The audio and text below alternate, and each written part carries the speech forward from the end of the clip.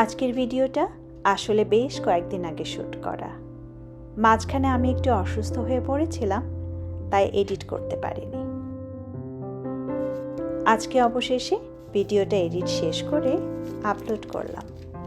কয়েকদিন ধরেই শরীরটা ভালো ছিল না, আর এই সময়গুলোতে একটা বিষয় আবার নতুন করে উপলব্ধি করলাম। আমরা যারা নিজের দেশ ছেড়ে হাজার হাজার মাইল দূরে থাকি, তারা হয়তো ভাবি অসুস্থ হলে বা বিপদে পড়লে আমাদের দেখার মতো কেউ নেই, কিন্তু অনেক সময়ই বাস্তবতা ঠিক উল্টো হয়। আজ বিকেলে আমার এক বান্ধবী আমাদের বাসায় আসবে। সে শুধু দেখা করতেই আসছে না, আমার জন্য নিজের হাতে রান্না করে খাবারও নিয়ে আসছে। সত্যি বলতে কি, এই ছোট ছোট যত্নগুলোই মনকে অনেকটা ভালো করে দেয়। ভাবলাম ও আসার আগে আমিও একটু হালকা নাস্তার ব্যবস্থা করি। খুব বেশি কিছু আয়োজন করছি না, ওই যে কিছু স্ন্যাক্স আইটেম তেলে ভেজে নিলাম। ওগুলো ঠিক নামটা আমি জানি না, তবে বাংলাদেশে এগুলো খুবই পরিচিত বিকেলের নাস্তার আইটেম। মজার ব্যাপার হচ্ছে, এই ধরনের দেশি খাবারগুলো এখন এখানে বাংলাদেশি বা ইন্ডিয়ান গ্রোসারি স্টোরগুলোতেও পাওয়া যায়। তাই এত দূরে থেকেও দেশের নাম জানা অজানা কত রকমের খাবার আমরা খুব সহজেই পেয়ে যাই।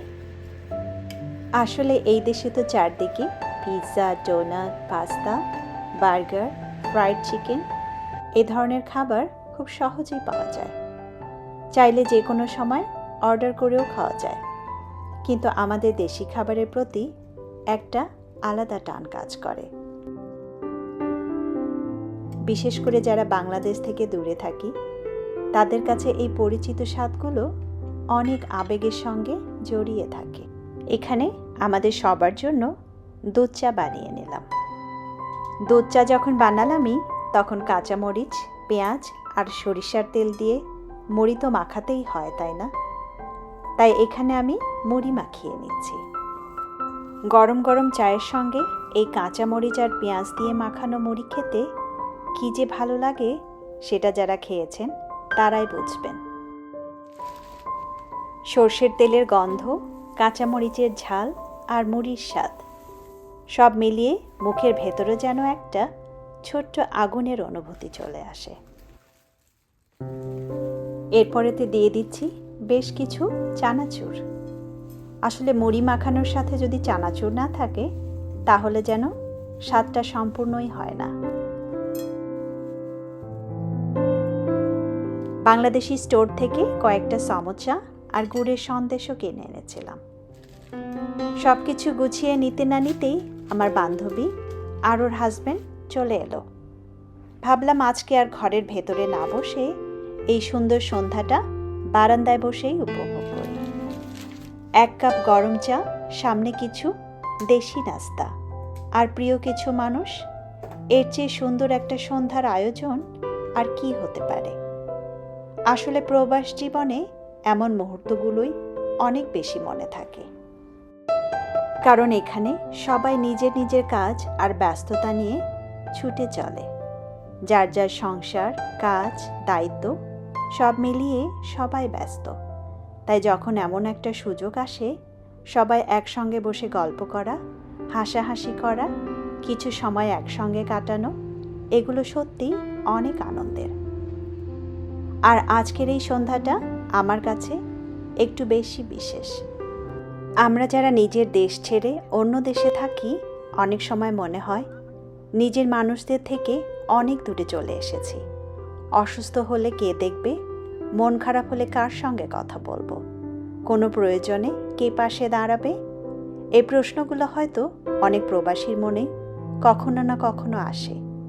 কিন্তু জীবনের একটা সুন্দর দিক হলো, অনেক সময় সৃষ্টিকর্তা আমাদের এমন কিছু মানুষের সঙ্গে পরিচয় করিয়ে দেন, যাদের সঙ্গে হয়তো আমাদের কোনো রক্তের সম্পর্ক নেই, কিন্তু তারা আচরণে আপন মানুষের মতো হয়ে ওঠেন। যখন আপনি নিজের দেশ থেকে এত দূরে থাকেন, আর শরীরটা ভালো থাকে না, তখন কেউ যদি নিজের ব্যস্ততার মাঝেও আপনার জন্য রান্না করে খাবার নিয়ে আসে, সেই ছোট্ট যত্নের মূল্য অনেক বেশি হয়ে যায়। আসলে ভালোবাসা সব সময় বড় কোনো উপহারের মধ্যে প্রকাশ পায় না। কখনো একটা রান্না করা খাবারে প্রকাশ পায়, অথবা কখনো একটা ফোন করে খোঁজ নেওয়ার মধ্যেও প্রকাশ পায়। জীবনে আমরা অনেক কিছু অর্জন করি, অনেক মানুষের সঙ্গে পরিচয় হয়, অনেক সম্পর্ক তৈরি হয়, কিন্তু কঠিন সময়ে কে পাশে ছিল, কে একটু ভালোবাসা দিয়ে হাত বাড়িয়ে দিয়েছিল, এই স্মৃতিগুলোই আসলে সবচেয়ে বেশি মনে থাকে। তাই আমি মনে করি, আমরা নিজেরাও যদি কারো প্রয়োজনের সময় একটু পাশে দাঁড়াতে পারি, তাহলে সেটাই হবে সবচেয়ে সুন্দর মানবিকতা। আজকের এই ছোট্ট আয়োজন আমার কাছে শুধু চা নাস্তা নয়, এর সঙ্গে মিশে আছে বন্ধুত্ব, আন্তরিকতা আর কৃতজ্ঞতা।